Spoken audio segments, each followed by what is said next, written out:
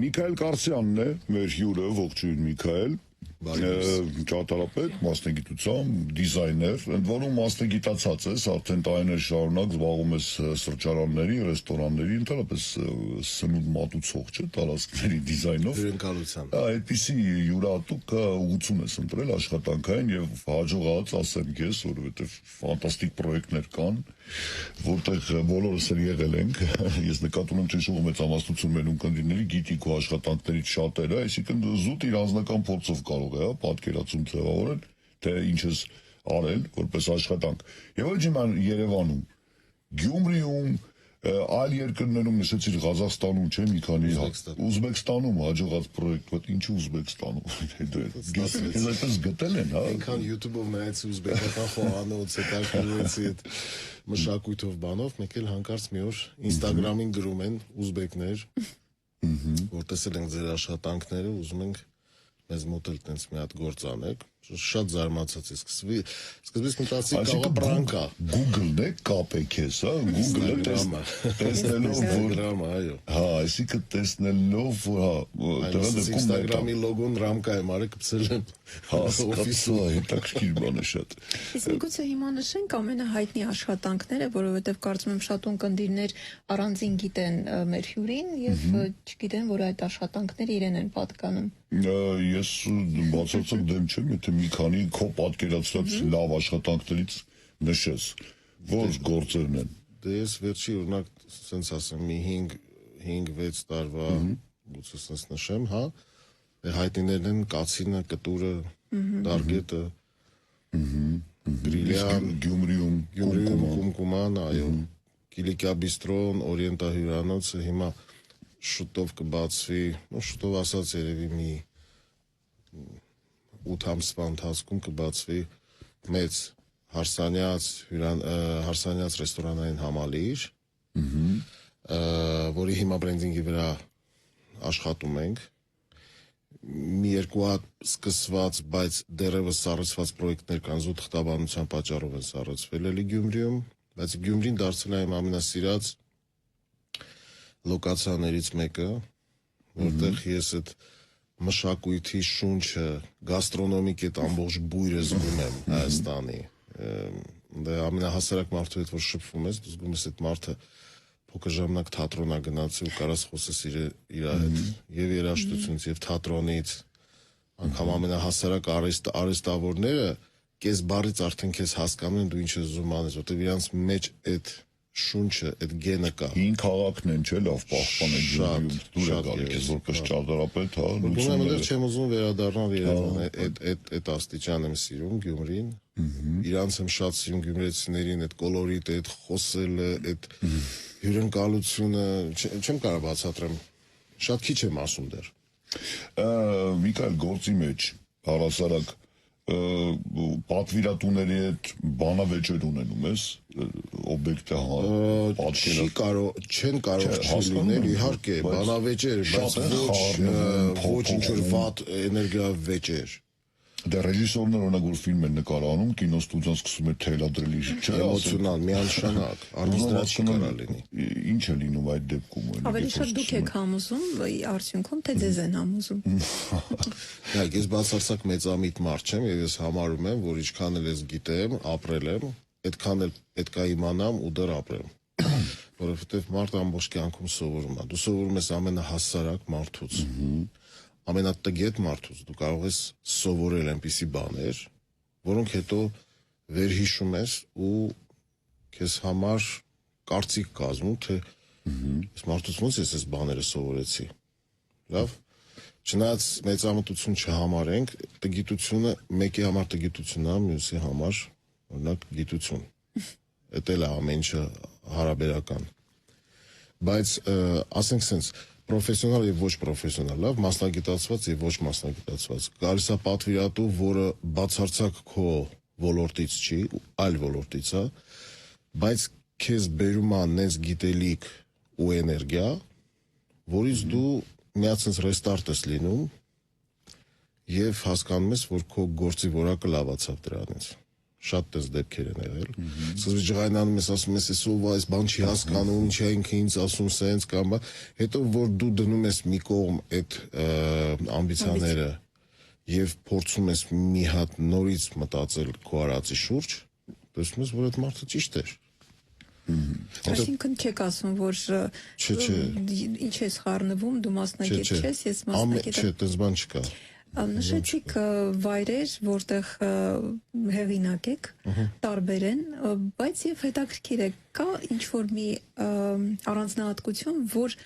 ընդհանրացնում է բոլոր ձեր այդ օբյեկտները։ Այսինքն ձեր ձեռագիրը եւ ինչու՞մ է դա։ Իմ ձեռագիրը կոնցեպցիան է, ես միշտ ասել եմ, չկա հասկացողություն ոչ, չկա ռեստորաններում, չկա հասկացողություն ոչ, չկա հասկացողություն տրենդեր։ Ես հակատրենդային մարդ եմ, որտեվ ոճը դա կոնցեպցիան է, այդ պատմությունը, թե ինչի մասն է ռեստորանը։ Ամենակարևոր բանը ռեստորանում դու հասկանաս ինչի մասին է ռեստորանը, ինչա ինքը իրանից ներկայացնում։ Մեր այդ մեջի այդ ֆիշկան որն է, ինչ խոհանոց է, հետո բրենդինգը ոնց է կոչվում անուն ռեստորանի։ Եվ այդտեղից սկսվում է այդ շարունակությունը։ Ես միշտ համատում եմ օպերայի հետ։ Ռեստորանային դիզայնը, իմ աշխատանքային ինչ որ ես եմ կատարում, դա օպերան է։ Այսինքն ես ստեղ համատեղում եմ եւ սցենարիստի, ռեժիսորի եւ կոմպոզիտորի աշխատանքները։ Օրինակ օպերան ոնց է։ Կա դեկոր, կա լիբրետո, կա երաժշտություն,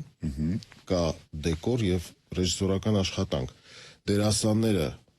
մատուցողներն են, հանդիսատեսը այցելում։ Համարձակ համեմատություն էր, բայց չէ, դա ճիշտ, դա հասկանալի, այո, չէ, բացարձակ։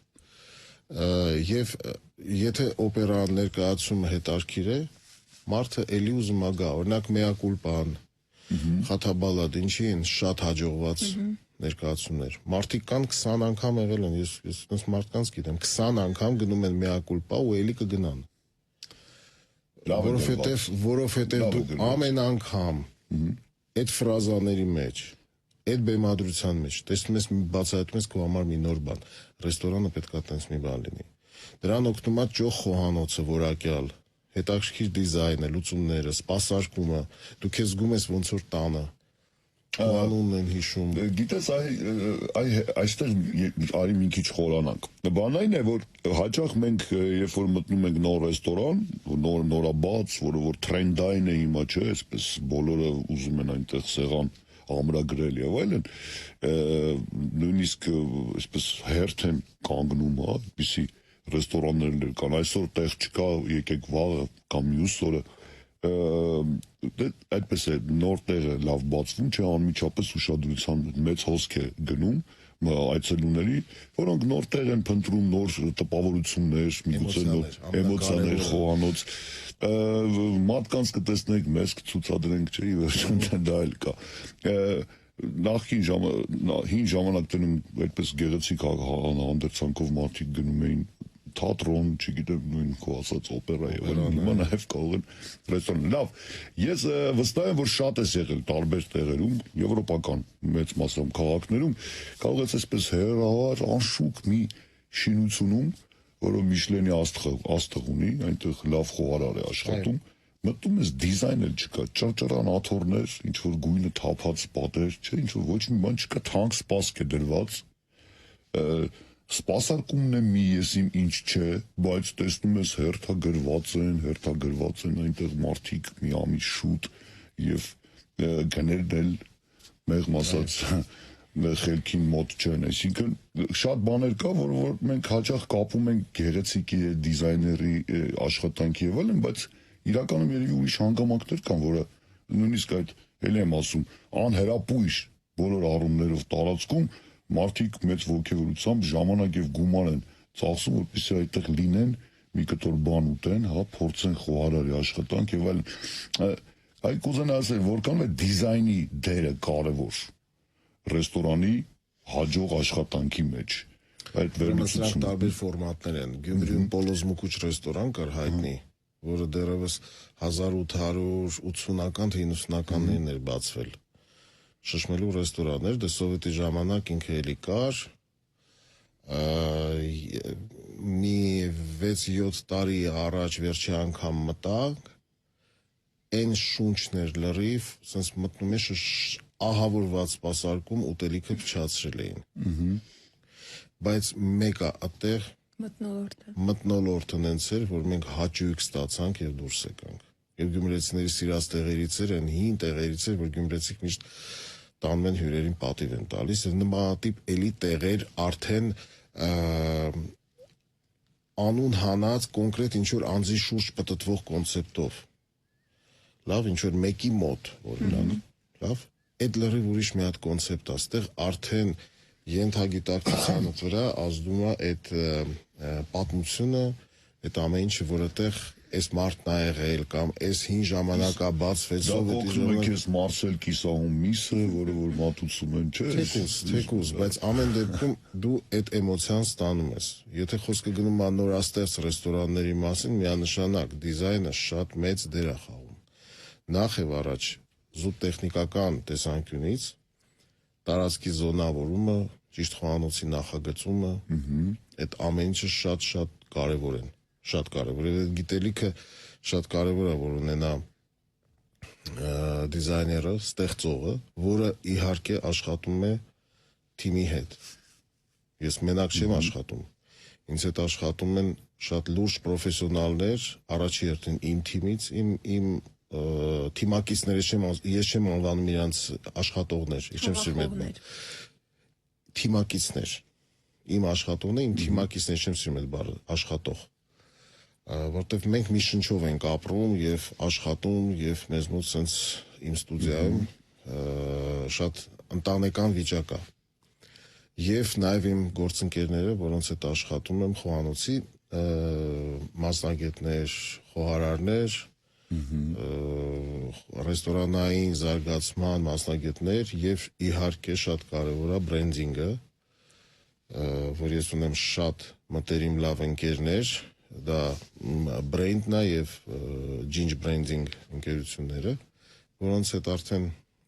երևի 10-11 տարի աշխատում ենք եւ բոլոր լավագույն պրոյեկտներ իրանք են արել։ Սկսած նեյմինգից, այսինքն շատ կարևոր է։ Հա, իհարկե։ Նեյմինգի մեջ շատ եմ սիրում ես։ Նեյմինգը ես ուղղակի տեղեկացնում կլինեին, դա անունն է, հա, բրենդի անունը։ Շատ կարևոր է այդ անունը, որտեղ դրանից է սկսվում կոնցեպտը։ Բայց իմ մոտ մի քիչ ուրիշ է, ես ուղղակի դիզայնով չեմ զբաղվում, ես ստեղծում եմ ռեստորանային կոնցեպտներ։ Այսինքն պատվիրատուն, որ գալիս է ասում է, ես ունեմ ռեստորան, այդտեղից սկսվում է այս թատրոնը։ Եթե որ ասում են ուզում եմ այս սրապես ռեստորան, այդ դեպքում ինչ է։ Այդ սրապեսը ինձ ահագին օգնում է։ Հա, բայց ես երբեք պլագիատով չեմ զբաղվում, երբևիցե։ Իմ համար Pinterest-ը ուղղակի ինֆորմացիա է։ Բայց կան մարդիկ ցավոք Pinterest-ից ուղղակի դնում են կոպի են անում։ Ես դրան դեմ եմ։ ինչ պիտի անեն դիզայներները։ Պետք է դու կարողանաս ինֆորմացիան վերարտադրես, դեր ստեղծես քոնը։ Շատ կարևոր է դա։ Մենք այլ հասկանում որ հարցը քեզ չէ ուղղված, դու ի վերջո զբաղվում ես տարածքի գեղարվեստական մասով, 6 մասով եւ ֆունկցիոնալներ։ Ֆունկցիոնալ գեղարվեստական գաստրոնոմիկ, որտեղ ես գաստրոնոմիկ ուղղություններ եմ որոշում։ Հասկացա, բայց ռեստորաններ կան, որ ինչ ուզում ես արա չի աշխատում։ Ինչ ուզում ես արա։ Քանի անգամ տեղեր կան օրինակ, չգիտեմ, փոխվում են։ Պրոյեկտներից էլ են եղել տենց ռեստորաններ, ցավոք։ Ինչու՞ն է պատճառը։ Ես կասեմ ինչն է պատճառը, երբ որ հետո վերլուծել են։ Ուղղակի հարմար չկա կայանման տեղ։ Նախ եւ առաջ մարդկանց թվում է, թե ռեստորանը դա լավ փող ծախսեցինք, հարդարում արեցինք, լավ տեխնիկա բերեցինք, բացեցինք գեղեցիկ դիզայն, ուրեմն դա ռեստորան է, ոչ։ Ամենակարևոր այդ միջուկը դա ռեստորանը աշխատեցնելն է։ Որտեւ լավ, եթե կա մենեջեր, տնօրեն, ղեկավար ռեստորանի, որը որ կոնցեպտի մեջ է եւ հասկանում է եւ ինձ հետ սիներգիի հետ մեջ է եւ գիտի ինչ է պետք եւ թիրախային հաճախորդին է ճանաչում, դա ֆանտաստիկ է աշխատում։ Օրինակ ինչի է կացինը եւ կացինի մնացած բոլոր նախագծերը աշխատում են շշմելու, որովհետեւ տղերքը գիտեն իրենց թիրախային հաճախորդին, հոյակապ ուսումնասիրել են եւ ֆանտաստիկ աշխատացնում են եւ գիտեն այդ ամեն ինչը։ կամ կտուր ռեստորանը, ինչի է շատ լավ աշխատել։ Իմիջիանոց քո ասած ճանաչումը շատ լավ, հա, ինչ խոսք մեծ փորձ են ձեռք բերել։ Ես սրտացավով եմ մոտենում։ Իսկ անձնակազմի Բայց նրանց սովորություն ունեն մեծացնել ներողություն բիզնեսը եւ հետո վաճառում են նոր պրոյեկտներ սկսում, եթե ուշադրություն ես դարձրել, կա այդպիսի բաներ։ Դրանով ոչ մի բան չկա, շատ լավ բան է դա, շատ խելացի բիզնեսմեններ են, ես դա ընդունում եմ, բայց դե սկզբից նախերված դու պետք է դա ստեղծես, աճացնես, սարքես, շատ լավ։ Եվ կարողանաս դա վաճառել գեղեցիկ։ Սուսաննա ջան, ընդհատեցինք։ Քիչ անձնակազմի ընտրության հետո միջամտում եք, թե Ես միջամտում եմ ամեն ինչին, որովհետև դա, այսպես ասած, իմ օպերան է ստեղծված, եւ ես չեմ կարող աչքաթող անել ինչ-որ մի կետ։ Բարձա չեմ խանգարում պրոֆեսիոնալներին աշխատելու, դա շատ սխալ բան է, բայց միշտ իմ կարծիքը հայտնում եմ։ Դե կարծում եմ արդեն հասունացել է պահ ունենալ սեփական ռեստորան։ Չէ, բացառված է։ Ես ունեի սրճարան բացեցի եւ 3 տարի աշխատելուց հետո փակեցի, հասկացա, որ ստեղ շահերի բախում առաջանում, ես չեմ կարող ուրիշի համար ռեստորան ստեղծել եւ ունենալ իմ ռեստորանը։ Ստեղ շահերի բախում է։ Բացի դրանից, ահավոր շատ էներգիա է տանում դա։ Ես շատ ուրախ ու երջանիկ եմ հիմա իմ կյանքից, որ ես անում եմ պրոյեկտներ, շատ եմ ճանապարհորդում, երբ ուզում եմ գիշերը պարկում եմ, քնում եմ, երբ ուզում եմ վեր եմ կամ չնայած ես շուտ վեր կացող եմ։ Իսկ ռեստորանը դա թույլ չի տալիս։ Դու անընդհատ ստրեսի ներվի մեջ ես։ Միքայել, այսպիսի մի հարց ինձ միշտ է հետաքրքրել արվեստի բոլոր ճյուղերում, այս դեպքում մասնավորապես ճարտարապետություն եւ դիզայն, գլոբալիզացիայի պայմաններում, որքանով կարևոր է կամ անհրաժեշտ է կամ դրա իմաստը կա ազգայինի բաղադրիչը համադրելով մոդեռնին, թե դա անհամադրելի է։ Չէ, անհամադրելի չի բացարձակ, նախ ազգայինի բաղադրիչը դա արդեն մի քիչ ուրիշ հարց է։ Օրինակ նայեք, ոնց են թուրքերը կարողանում իրանց խոհանոցը աշխարհում տանել առաջ։ Ամբողջ աշխարհում թուրքական ռեստորանները դարձան արդեն fine dining-ի որակի բարձր խոհանոցի բաղադրիչ մաս։ Արդեն շշմելու քաղաք, ես սիրահարվեցի այդ քաղաքի վրա։ Ես ուղղակի զարմացած ու ցնցված էի, թե այդ մարդիկ ոնց են աշխատում, ինչքան աշխատասեր ազգա, ոնց են իրանք իրանց ամեն ինչին վերաբերվում։ Եվ ոնց են իրանք կարողանում այդ ամեն ինչը բարձրացնել, այսինքն սա արդեն մրցակցում է ֆրանսիական խոհանոցի հետ, լավ, որ ֆրանսիական խոհանոցը աշխարհում համարվում էր որպես նաև ինչ-որ արդեն ստանդարտ, ոնց որ ժամանակին ֆրանսիացիք ճարտարապետության մեջ կլասիցիզմը սարքեցին ստանդարտ, չէ՞, անտիկ ճարտարապետությունը դարձեցին կանոն, ստանդարտ, ստեղծեցին կլասիկ ճարտարապետությունը բոլոր չափսերով եւ բաներով, հիմա էլ խոհանոց, այսինքն վաղուց։ Այսինքն թուրքերը սենց եկել մոտեցել են, պարսիկները շշմելու ներկայացնում են իրանց խոհանոցը, չինացիք։ Մենք շատ հեռու ենք, ցավոք սրտի։ Մենք պետք է կարողանանք այդ որակի բարձրացնել մեր խոհանոցը, որտեղ իրականում հայկական խոհանոցը մոռացված ճաշատեսակներ ունի շատ հնուց եկող։ Եկեք չմոռանանք, որ մենք շումերների հետ հավասար աճել ենք։ Եվ նորը ես հետաքրքիր հաղորդում եմ, ես նորը հաղորդում եմ նայեմ շշմելու, որ շումերերենն ու հին հայերենը նույն լեզուն է համարը, ինչքան ընդհանուր բառ կա։ Դրանից բաց լսում էի հաղորդում, տեղից է գալիս։ Իսկ Հայաստան միջագետ կամ ամբողջ ակադները ավելի հետո են եկել, այո։ Ակադների հետ շումերների հետ ավելի շատ, այո։ Սեփագրերի հետ համեմատություն են անցկացրել, իրոք շատ բանտանություններ կա, դե ի վերջո միմյանց հետ առևտուրը նարես շփվել են եւ այլն, պարզ է, չէ՞, որ ընդհանուր լեզու այստեղ մի քիչ ուրիշ պատճառներ կան, բայց օրինակ ասում ես մենք շատ հեռու ենք հետենք, ես շատ զբոսաշրջիկներ հետ եմ խոսել, ճնշող մեծամասնությունը գոհ է շատ մեր, չէ, շատ գոհ են, մեր խոհանոցը պարզ է, սպասարկումը, այո, օրինակ Վրաստանում ահավոր է սպասարկումը։ Ես վրացական խոհանոց սիրում եմ, բայց ցավոք սրտի ընդեր գնում ես ամեն տեղ, համարյա դու նույն բանն ես ուտում։ Գուցե մեզ մոտ էլ է տենց, գուցե օտար քիմքով, որ գալիս ես Հայաստան, էլի տենց մի անալիզ կարող ես տալ, որ ամեն տեղ նույն բանն է։ Բայց կարծում եմ, որ չէ, մեր մոտ ինչ որ մի քիչ դաժե ինչ որ sense տարբերություն կա։ Իրականում ես այդքան խոհանոցը նկատի չունեի, որքան հենց ճարտարապետությունը հաշվի առնելով մեր այն ժառանգությունը ճարտարապետական, որ ունենք, անուններ, հնչեղ, այս տեսանկյունից օրինակ ներկայիս արդի ինչ-որ ռեստորանին նայելիս պետք է հասկանանք, որ այստեղ, եթե նայենք օտարի աչքերով եւ լոկացիան հաշվի չառնենք, որ սա հայկական ինչ-որ էլեմենտներ ունի, թե դա պարտադիր չի ցանկալի չի։ Ամեն ինչը գալիս է կոնցեպտից, եթե մենք դուրսը կամ Հայաստան կարող չի որտեղ ստեղծում ենք հայկական ռեստորան խոհանոց, իհարկե շատ ցանկալի է։ Դա կլինի հայկական ճարտարապետության ինտերպրետացիա մոդեռնի մեջ, թե կլինի դասական, թե կլինի թամանյանական ոճի օրինակ ֆասադ, կարևոր չի։ Օրինակ կտուր ռեստորանի կոնցեպտը դա կոնդն է։ Դու հաստատ եղել ես, չէ՞։ Իհարկե շատ։ Ես քո բոլոր ռեստորաններում եղել եմ։ Կոնդի թեման եմ ես վերցրել։ Բայց սա երևանյան ֆոլկլոր է, այսինքն կոնդը ինչ է, ինքը էլիտար թաղամաս է եղել պարսիկների ժամանակ եւ պարսկական շենքեր ճարտարապետության հետքեր ես որ նկատում կոնդում, դու շշմում ես, դու հասկանում ես թե որտեղ ես եկել ու ինչ պայմաններում են ապրել, հետո դարձել է դա տենց մի հատ հիմա ֆավելների է վերածվել, այո, ֆավելների, բայց էլի շատ ֆանտաստիկ շունչ կա այնտեղ, որ մանես գալ այդ փողոցներում ոնց որ sense կադրեր են աչքիդ առաջ հայտնվում, դու սկսում ես պատկերացնել թե Երևանից կտրված լինի։ լրիվ կտրված Երևանի կենտրոնում դու գտնվում ես ուրիշ մոլորակում։ Ես տեսել եմ ժամանակ առ ժամանակ հրապարակում ես քո լուսանկարները, դռները սիրում նկարել։ Այո, այդ դռների բաներ կա։ Ստեղ մենք ցույց ենք տալի Երևանյան այն շունչը, որտեղ Երևանը ինքը միքս էր առաջ, հայկական, պարսկական, նաև թուրքական ինչ որտեղ, բայց այդ ամեն ինչ իհարկե ավելի շատ պարսկական շունչ ուներ, ռուսական, 1920 թվականի դրությամբ դե չեմ սխալվում մոտ 45000 մարդ էր ապրում Երևանում, կեսը հայեր չէին։ Ուզում ասել այդպեսին պատկեր եղել, ընդամենը 100 տարի առաջ։ Իսկ գլխավոր տենդենսը որն է հիմա, կա այդպիսի ուղղություն, որը գերակա է։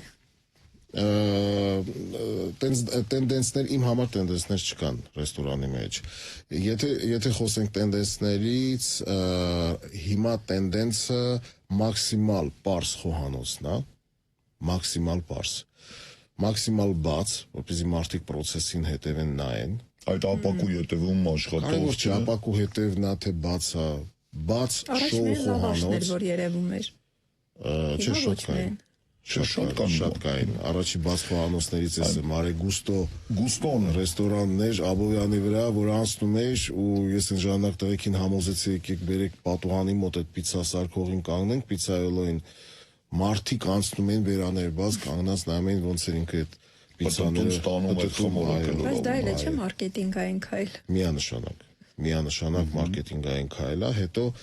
մարդկանց մոտ առաջանում է ինչ-որ չափի վստահություն, որ ուտելիքը լավ որակ ունի։ Չէ, իհարկե պիցան պատրաստում շշմելու դիզայնի էլեմենտ է դառնում եւ քեզ հնարավորություն է տալիս շատ լուրջ բացվել ստեղ ստեղծագործական այդ քո փունջը